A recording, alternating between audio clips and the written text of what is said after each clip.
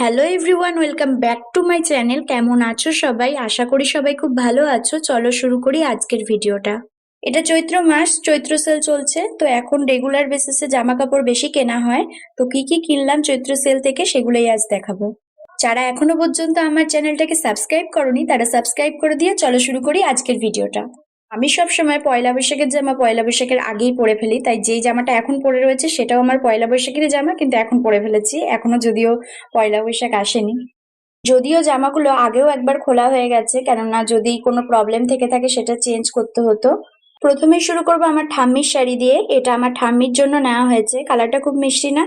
এটা ঠাম্মিকে আমার ভাই গিফট করেছে। এবার আমার বাবার জামা কাপড় দেখাবো। দুটো জিন্স নিয়েছি আর একটা গেঞ্জি। টি শার্টটা আমি আর আমার মা মিলে পছন্দ করেছি।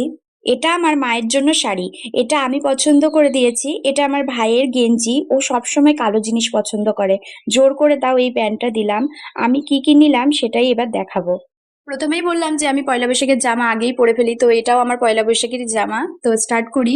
এটা আমার ভাই দিয়েছে।